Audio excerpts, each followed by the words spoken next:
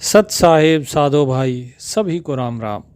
सतगुरु कबीर साहेब की जो वाणी है वो पाखंड की बड़ी से बड़ी दीवार को एक क्षण में ढहा देती है। साहेब कहते हैं, हे साधो, हे हंस स्वरूप भाई, सुनो, इस संसार की दशा को ध्यान से देखो। ये संसार किसी गहरे मानसिक रोग में डूबा हुआ है। इस संसार को साधारण भाषा में सभ्य या बुद्धिमान कहा जा सकता है, परंतु सत्य की कसौटी पर यह पूरी तरीके से विक्षिप्त हो चुका है। साहिब कहते हैं कि साधो देखो जग बोराना, साच कहो तो मारण धावे, झूठे जग पतियाना। कि हे साधो भाई, इस संसार का पागलपन देखो जरा। यह संसार पागल हो चुका है। इस जगत का नियम इतना उल्टा और विचित्र हो चुका है कि यदि कोई जागा हुआ पुरुष, कोई संत, कोई साधु इसके सामने आकर सत्य कह देता है तो ये संसार उस पर क्रोधित हो जाता है, उसे मारने के लिए दौड़ता है। साच कहो तो मारन धावे, उसे समाज से निष्कासित करता है, उसे सूली पर चढ़ा देता है या उसे विष का प्याला दे देता है। कितने ही भक्तों के साथ ऐसा हो चुका है। परंतु यदि कोई धूर्त, पाखंडी या अज्ञानी व्यक्ति इसके सामने झूठ, माया, पाखंड, कल्पित स्वर्ग, नरक या कर्मकांड की दुकानें खोलकर बैठ जाता है तो यह संसार उस पर विश्वास करता है कि झूठे जगपतियाना, उस पर विश्वास शुरू कर देता है, उसके चरणों में अपना शीश और अपनी गाढ़ी कमाई सौंप देता है। कबीर साहिब की ये बात बिल्कुल आज के समय में भी चरितार्थ होती है। बहुत से ऐसे लोग हैं जो स्वयं को इस प्रकार के संत कहते हैं और ये संसार उनका गुणगान करता है, उनके चरणों में स्वयं को सौंप देता है। साहेब कहते हैं, साधो विचार करो, जो असत्य है, नासवान है, क्षण भंगुर है, उसे ये संसार सत्य मानकर बैठा है, और जो नित्य है, अविनाशी है, तुम्हारा अपना आपा है, उसे संसार मानने को तैयार ही नहीं है। क्या ये पागलपन नहीं? यदि एक व्यक्ति दिन को रात कहे और तुम उसे विक्षिप्त कहोगे तो यहां तो पूरी की पूरी मानवता ही असत्य को सत्य मानकर बैठी है। यदि कोई व्यक्ति कहे कि भाई दिन में खड़ा होकर कि ये रात है, तो क्या कहोगे? बोले पागल हो गया ये। और साहेब कहते हैं कि यहां तो सारी दुनिया ही पागल बनी बैठी है। कैसे बनी बैठी है? कि जो असत्य है, नासवान है, इस शरीर को कहते हैं कि यह भगवान है। साहेब अपनी वाणी में कहते हैं कि कौन कबीर? कबीर कौन है? कि अनंत कोट ब्रह्मांड में बंदी छोड़ कहाए, सो तो एक कबीर है, जननी जन्यान माए। माता के गर्भ से पैदा नहीं होता है वो, लेकिन यहाँ लोग खुद को कबीर परमात्मा बताते, कबीर का अवतार बताते हैं, और ये संसार उनके चरणों में जाकर शीश झुकाता है और अपनी गाढ़ी कमाई उन्हें सौंप देता है। साहिब यही तो समझाना चाह रहे हैं कि साधो भाई देखो जग बोराना। फिर क्या कहते हैं कि अगर इतना ना हो तो ये धर्म के नाम पर लड़ता है। हिंदू कहता है राम हमारा, मुसलमान रहमाना, आपस में दो लड़त मरते हैं, मरम कोई नहीं जाना, मरम कोई नहीं जाना। साहिब कहते हैं, साधो भाई, इस धरती पर दो बड़े संप्रदाय दिखाई देते हैं। एक तरफ हिंदू हैं जो कहते हैं कि राम केवल हमारा है, वो अयोध्या में जन्मा था, वो हमारी बपोती है। दूसरी तरफ मुसलमान जो कि कहते हैं रहमान केवल हमारा है, वो मक्का मदीना में रहता है, वो केवल हमारे कलमे से प्रसन्न होता है। ये दोनों पक्ष अपने अपने कल्पित ईश्वर को श्रेष्ठ सिद्ध करने के लिए आपस में लड़ते मरते हैं। सदियों से खून की नदियां बहा रहे हैं, सदियों से दंगे कर रहे हैं, तलवार चला रहे हैं, एक दूसरे के धर्म स्थलों को नष्ट कर रहे हैं। परंतु सत्य तो ये है कि इन दोनों में से किसी ने भी उस परमेश्वर का मर्म अर्थात उसका रहस्य नहीं जाना है।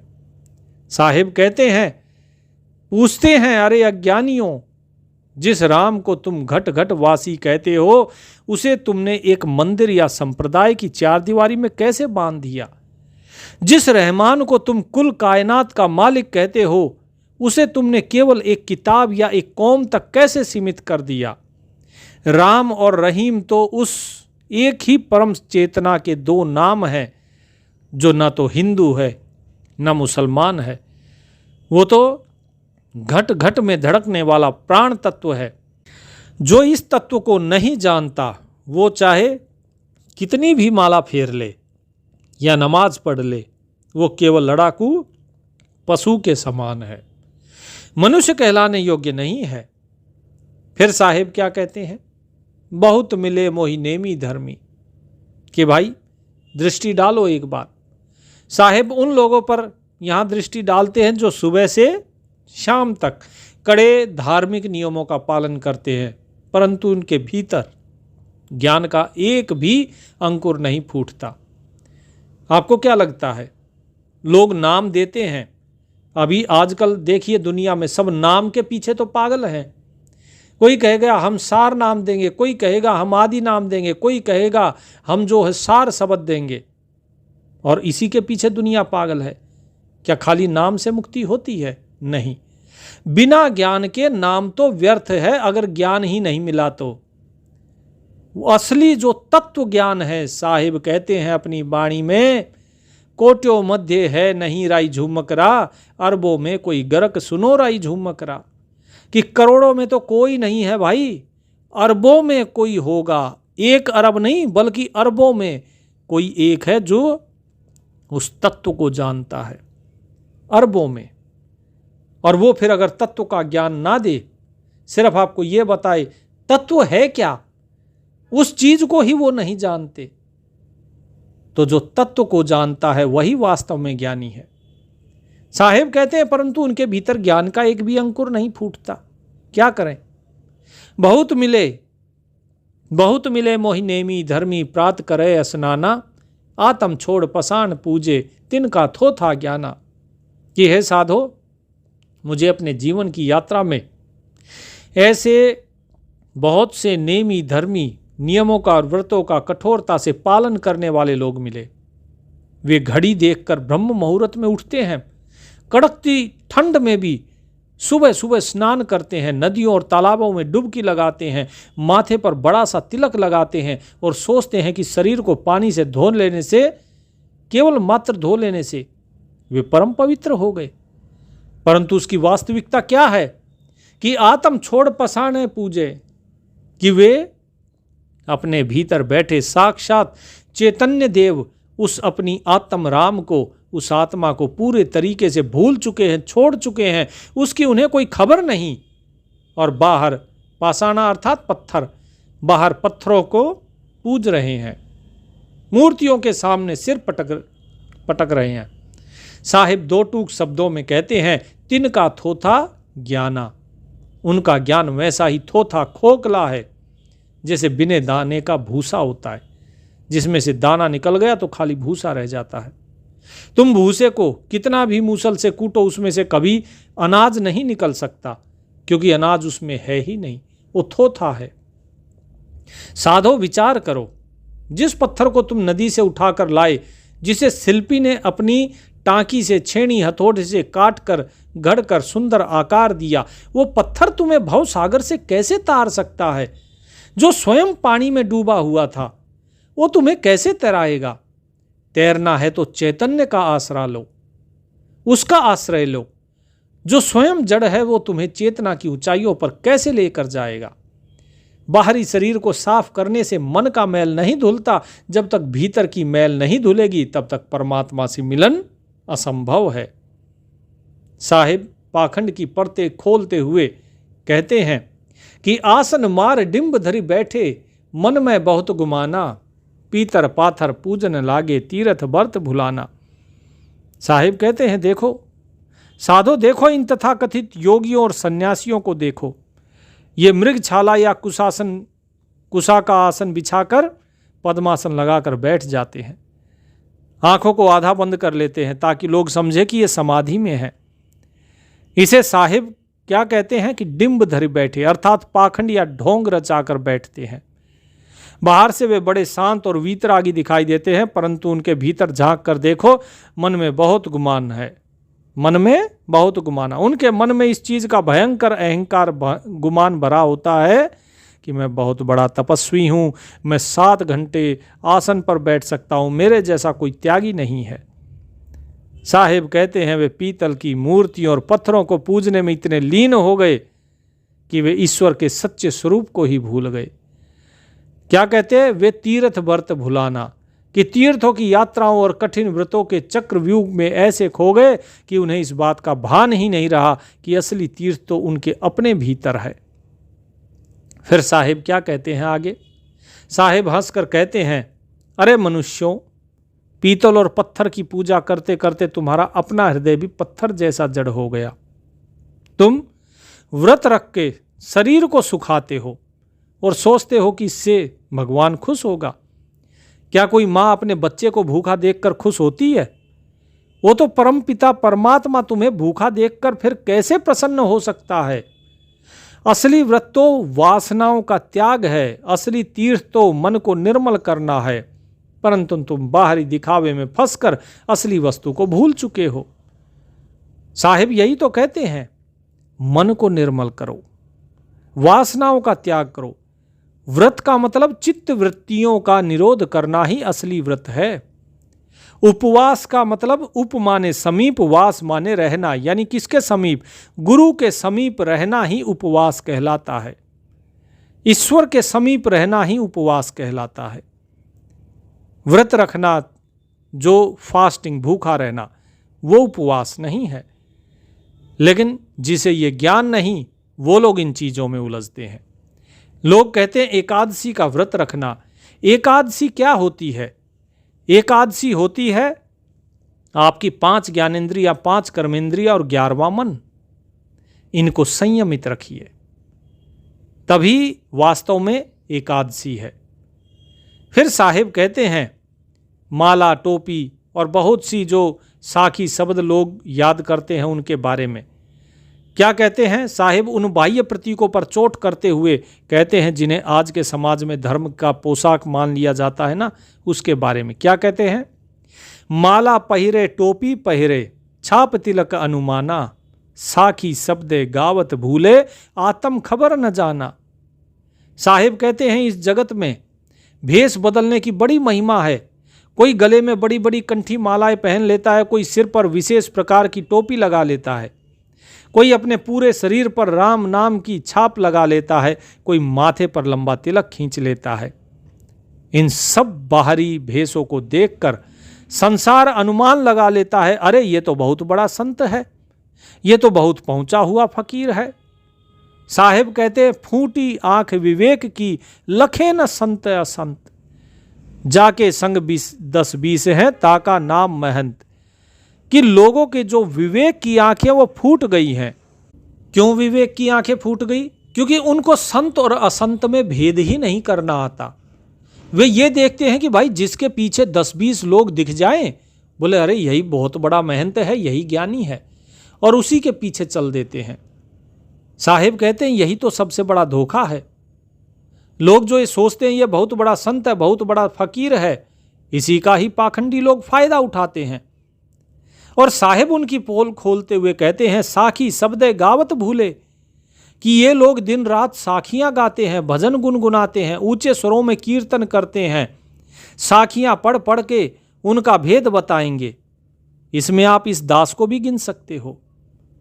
साखी पढ़ पढ़ के खूब भेद बताएंगे और कहेंगे देखो जी हम बड़े ज्ञानी हैं, हमारा ज्ञान ऐसा, हमारा ज्ञान वैसा। स्वयं को ज्ञानी सिद्ध करते हैं, परंतु वे केवल शब्दों को रट रहे हैं। उन शब्दों के पीछे जो परम सत्य छिपा है उसे वे पूरे तरीके से भूल चुके हैं। साहिब कहते हैं आत्म खबर न जाना, उन्हें अपनी ही आत्मा की, अपने ही मूल स्वरूप की कोई खबर नहीं है। साहिब यहां पर कहते हैं आत्म खबर न जाना। लेकिन जब लोगों को नाम दान दिया जाता है तो लोग क्या कहेंगे? ये शर पुरुष का नाम है। बोले जी दूसरा, बोले ये अक्षर पुरुष का नाम है। बोले जी तीसरा, बोले ये परम अक्षर पुरुष का नाम है, ये सत्य पुरुष का नाम है। आत्मा कहां गई भाई? सबके नाम तो आपने गिना दिए कि ये इसका नाम, ये उसका नाम, और आत्मा, आत्मा का कोई नाम नहीं। जिस आत्मा के लिए कबीर साहिब बार बार चीख चीख कर कहते हैं, डंके की चोट पर कहते हैं कि आत्म खबर न जाना, कि उस आत्मा की तो तुमने खबर ही नहीं जानी। परमात्मा को ढूंढने चले हो और खुद ही खोए हुए हो।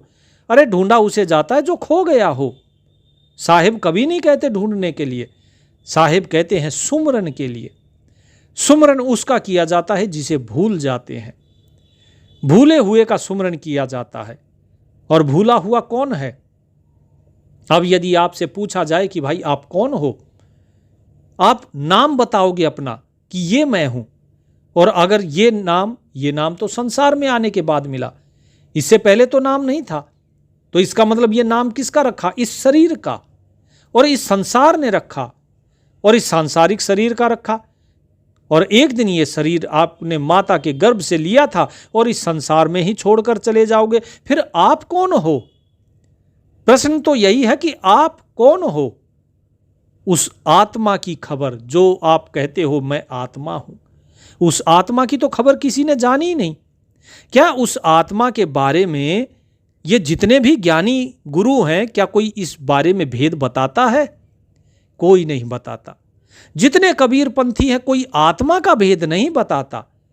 उस मूल स्वरूप की खबर किसी को नहीं है। मैं सभी कबीर पंथियों के बारे में बात कर रहा हूं, उन कबीर पंथियों के। हालांकि कुछ लोग ऐसे भी होंगे जो सत्य का अनुसरण करते हैं, लेकिन अधिकतर तो पाखंड में फंसे हुए हैं। छापा तिलक, मैंने खुद कबीर सागर पढ़ा, उसमें लिखा हुआ है कि किस प्रकार द्वादश तिलक लगाना चाहिए। कबीर साहिब तिलक के लिए मना कर रहे हैं यहाँ, और उसी कबीर सागर में लिखा है कि जो कबीर पंथी है उसे द्वादश तिलक लगाना चाहिए। कंधे पे, माथे पे आड़ी तिरछी रेखा इस प्रकार से उस प्रकार से खींच के, बोले पीठ पर भी सभी जगह तिलक लगाना चाहिए। बताइए, कबीर साहिब जिस पाखंड को कबीर साहिब उजागर कर रहे हैं ये नहीं करना, वही चीज कबीर सागर में लिखी हुई है, क्योंकि वो कबीर साहिब का प्रमाणित ग्रंथ है ही नहीं। धर्मदास जी का केवल एक ही ग्रंथ था जो अनुराग सागर है। कबीर साहिब का केवल एक ही था जो कबीर बीजक है, उसी से कबीर शब्दावली निकली है। तो यही चीज साहिब यहां पर समझाना चाहते हैं कि भाई तुम बाकी चीजों के पीछे भाग रहे हो, भेष के पीछे, तिलक के पीछे, साखी शब्दों के पीछे, नाम के पीछे भाग रहे हो, लेकिन नाम तो तब काम करेगा जब ज्ञान होगा, और उस आत्मज्ञान की तरफ कोई, उसके स्वरूप की तरफ कोई जाता ही नहीं। साहिब कहते हैं साधो विचार करो, यदि तोता दिन रात राम राम रटता रहे तो क्या वो राम के स्वरूप को जान जाता है? नहीं। जैसे ही बिल्ली आती है वो अपनी रटी रटाई विद्या भूल कर टैं टैं करना शुरू कर देता है। वैसे ही ये भेषधारी लोग जब तक मंच पर बैठे हैं तब तक ये साखियां गाते हैं, परंतु जैसे ही जीवन में काम, क्रोध, लोभ, मोह का संकट आता है, इनका सारा ज्ञान धरा का धरा रह जाता है। माला फेरने से यदि मन की बेड़ियां नहीं फिरी तो वो माला केवल एक खिलौना है। टोपी पहनने से यदि बुद्धि निर्मल नहीं हुई तो वो टोपी केवल एक बोझ है। अब साहिब उस भयंकर बुराई पर आते हैं जो आध्यात्मिक जगत को सबसे ज्यादा दूषित करती है, और वो है नकली गुरु और अज्ञानी शिष्य। साहिब क्रांतिकारी पंक्ति कहते हैं, क्या कहते हैं कि घर घर मंत्र जो देत फिरत है माया के अभिमाना। घर घर मंत्र देत फिरत है माया के अभिमाना, गुरुआ सहित शिष्य सब बूढ़े अंतकाल पछताना। कि जो घर घर में मंत्र देते फिरते हैं ना, आजकल अपने एजेंट भेज दिए हैं कि जाओ भाई जितने हो सके पकड़ के लाओ, हमसे नामदान दिलाओ, हमारे आश्रम में लेकर आओ, और जितना तुम लेकर आओगे उतना ही तुम परमात्मा के नजदीक जाओगे। इस प्रकार के प्रलोभन देते हैं। ये सभी के सभी क्या हैं बताइए तो? साहिब कह रहे हैं घर घर मंत्र देत फिरत है माया के अभिमाना। आजकल गली गली कूचे कूचे में गुरु घूम रहे हैं।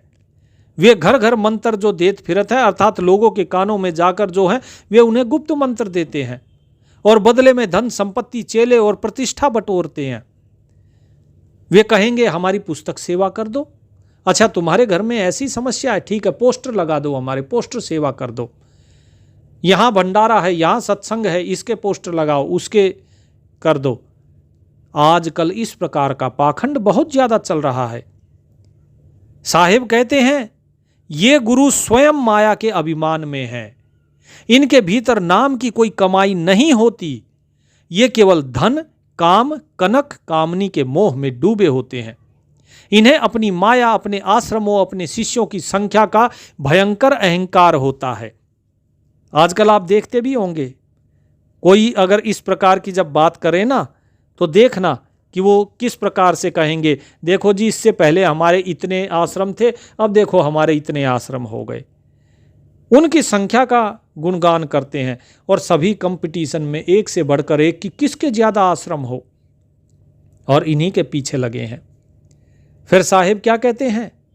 साहिब कहते हैं ऐसे नकली गुरुओं का और उनके पीछे आंख बंद करने वालों के शिष्यों का हस्र क्या होता है कि गुरुआ सहित शिष्य सब बूढ़े, अंतकाल पछताना।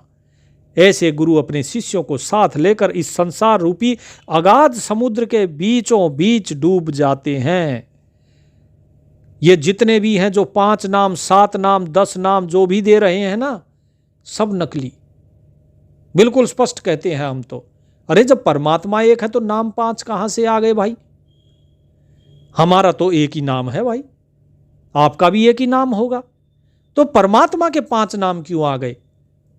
हमें तो कोई भी अगर कुछ भी नाम लेकर बुला दे, हम आवाज देते हैं हाँ जी बोलिए।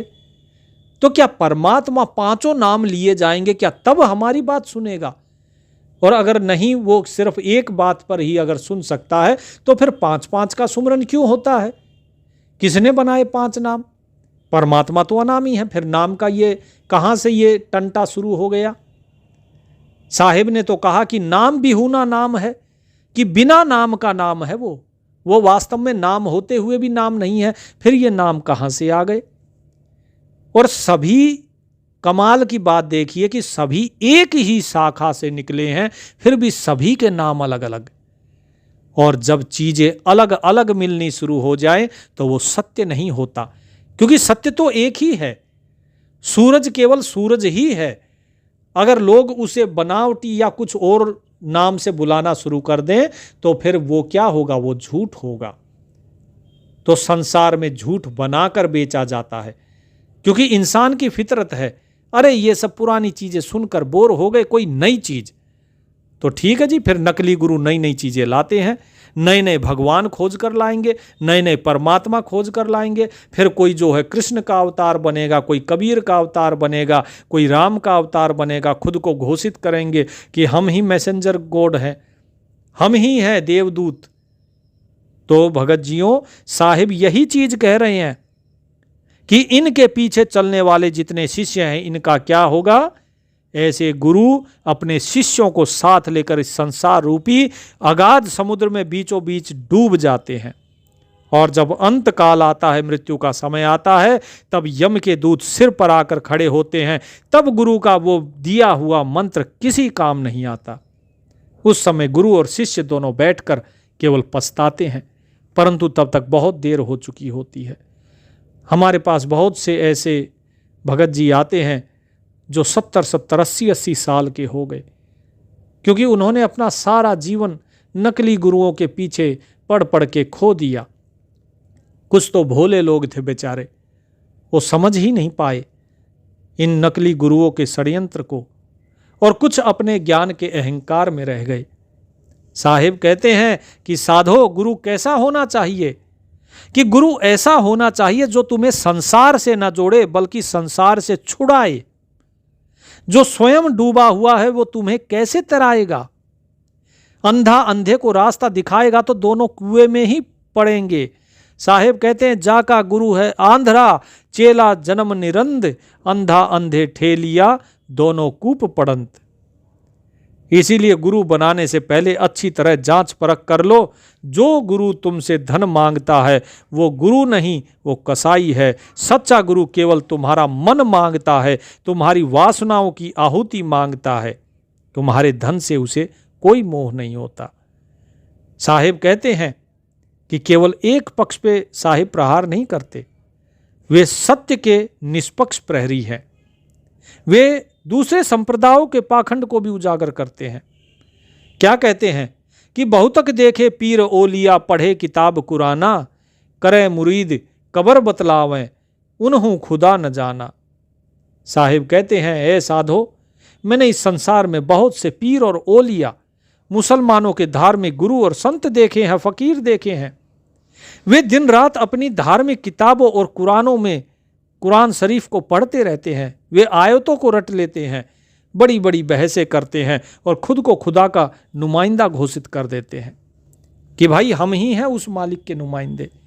वे सीधे सीधे लोगों को अपना शिष्य बनाते हैं। जो बेचारे सीधे साधे हैं उन्हें अपना मुरीद, अपना शिष्य बनाएंगे। और जब वो मुरीद उनसे पूछता है कि हजरत खुदा कहाँ है, मुझे खुदा से मिलने का रास्ता बताओ, तो वो उसे कब्र बतलाते हैं। वे कहते हैं कि मरने के बाद जब तुम कब्र में दफन हो जाओगे तब कायनात के कयामत के दिन तुम्हें खुदा मिलेगा। साहिब गरज कर कहते हैं, उन्हों खुदा न जाना, कि सच तो ये है कि उन पीर ओलियाओं ने भी स्वयं भी खुदा को तनिक भी नहीं जाना। अगर जाना होता तो कब्र को नहीं बतलाते। तभी तो हर मस्जिद कहाँ बनी हुई है, कब्र के ऊपर ही तो बनी हुई है। साहिब पूछते हैं, अरे भाई, जो खुदा हाजिर नाजिर है, हाजिर हुजूर है, वो तुम्हारी गर्दन की नस से भी ज्यादा पास है। वो तुम्हारी हर एक सांस सांस में है। उसे तुम कब्रों में और आसमान के सातवें अर्श पर क्यों ढूंढ रहे हो? जो मरने के बाद मिले उसके क्या गारंटी है? जो जीवित रहते नहीं मिला वो मरने के बाद कैसे मिलेगा? अरे कर्म तो व्यक्ति जीते जी करता है, मेहनत और जो भी पुरुषार्थ करेगा वो जीते जी करेगा। मरने के बाद आत्मा क्या कर सकती है? कुछ नहीं कर सकती। तो जब वो कुछ करे ही नहीं सकती तो उसे मिलेगा कैसे? मुक्ति जीवित अवस्था में होती है, मरने के बाद की नहीं। खुदा तो साक्षात चैतन्य रूप में तुम्हारे भीतर बैठा है, परंतु तुम्हारी किताबें और तुम्हारे पीर तुम्हें बाहर भटका रहे हैं।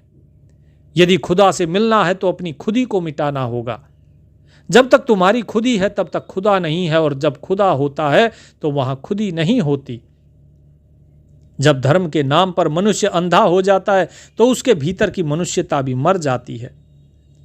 साहिब उस दर्द को बयां करते हैं जो कि आज भी प्रासंगिक है। कहते हैं, हिंदू की दया मेहर तुर्कन की, दोनों घर से भागी, वह करे जिबे वो झटका मारे, आग दो घर लागी।